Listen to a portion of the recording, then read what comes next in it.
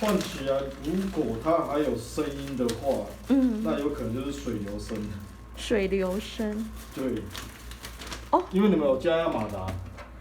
哦，但是我前面使用是不会，就是这几个月开始会有滴的声音，有点像那种急刹车的声音，就刹车滴这样。我昨天使用还有然后就看起来是。好啊，谢谢你。那个上面那个加压马达的声音也有点怪怪的。真的吗？对。会有危险吗？不会有危险。哦，倒是不会有危险。就有声音而已啊。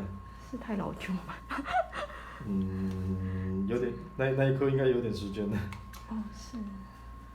加压马达，那我这里的加压马达有一个按钮，我需要关掉吗？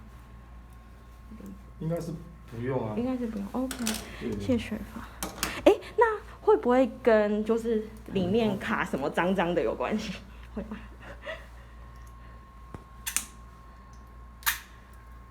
这看起来倒是还好，就有点脏东西。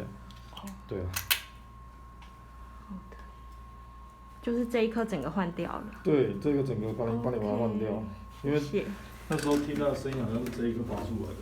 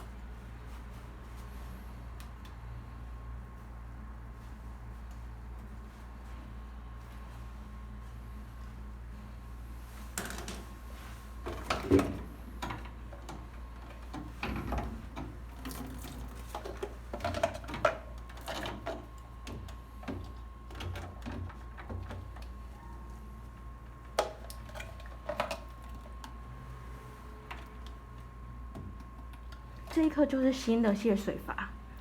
那个给水阀。哦，给水阀。给水阀。给水阀 ，OK。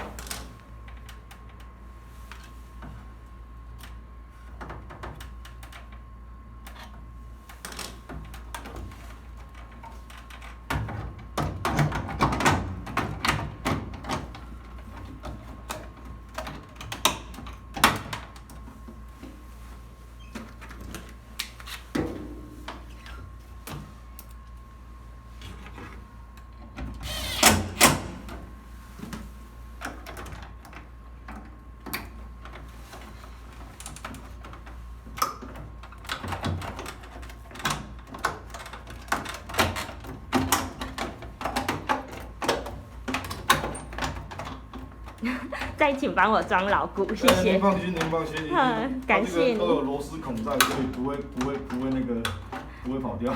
OK。您放心。谢谢。